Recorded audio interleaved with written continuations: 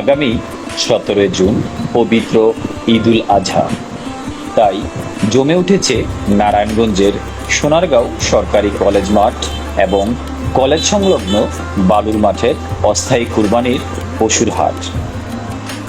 পশুর হাটে ইতিমধ্যে সোনারগাঁও সহ দেশের বিভিন্ন স্থান থেকে গরু নিয়ে আসতে দেখা গেছে। এই হাটটি নদীর পাশে হওয়ায় অনেকেই ট্রলার যোগে গরু নিয়ে আসছে, কেউ বা আবার ট্রাক বা পিকআপ ভ্যানে করে গরু নিয়ে আসছে।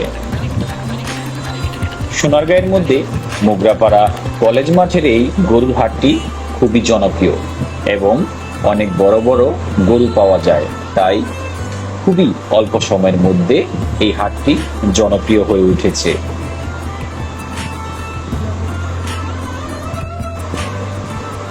রবিবার বিকেলে উপজেলার মোগরাপাড়ায় অবস্থিত সোনারগাঁ সরকারি কলেজ মাঠ এবং কলেজ সংলগ্ন বালুর মাঠে আগত বিক্রেতারা সারি সারি গরু সাজিয়ে রেখেছেন।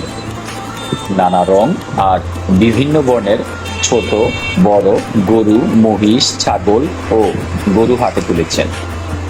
কুরবানির ঈদকে সামনে রেখে দেশীয় গরু, ছাগল জমজমাট হয়ে উঠেছে এই পশুর হাট। স্বাস্থ্য পরীক্ষায় তদারকি থাকায় মানসম্পন্ন পশু পাওয়া যাচ্ছে বলে জানিয়েছেন ক্রেতারা। এখান থেকে জেলার সোনারগাঁও ছাড়াও বন্দর, আড়াইহাজার, রূপগঞ্জ, সিদ্ধিরগঞ্জ, মুন্সিগঞ্জের গজারিয়া, কুমিল্লার মেঘনা উপজেলা সহ দূর দূরান্ত থেকে ক্রেতারা এসে কুরবানির পশু কিনে নিয়ে যাচ্ছেন।